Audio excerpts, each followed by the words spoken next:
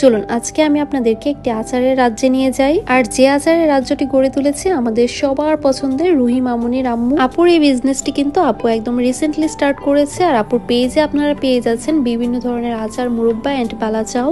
আচ্ছা, এখন চলুন আমি আপনাদের সাথে শেয়ার করি আমি আপুর পেজ থেকে কি কি নিয়েছি। আমি নিয়েছি 250 গ্রাম কদবেলের আচার, যেটার প্রাইস পড়েছে মাত্র 200 টাকা। তারপর নিয়েছি 250 গ্রাম চালতার আচার, যেটার প্রাইস পড়েছে 170 টাকা।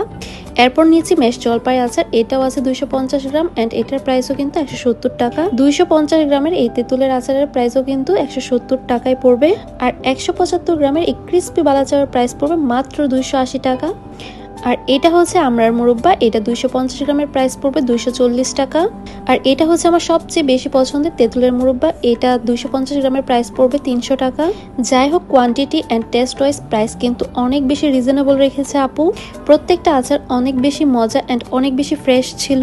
এছাড়াও আপনারা কিন্তু আপনাদের পছন্দ মতো সুইটনেস অ্যান্ড স্পাইস বাড়িয়ে কমিয়ে নিতে পারবেন, which is very good opportunity.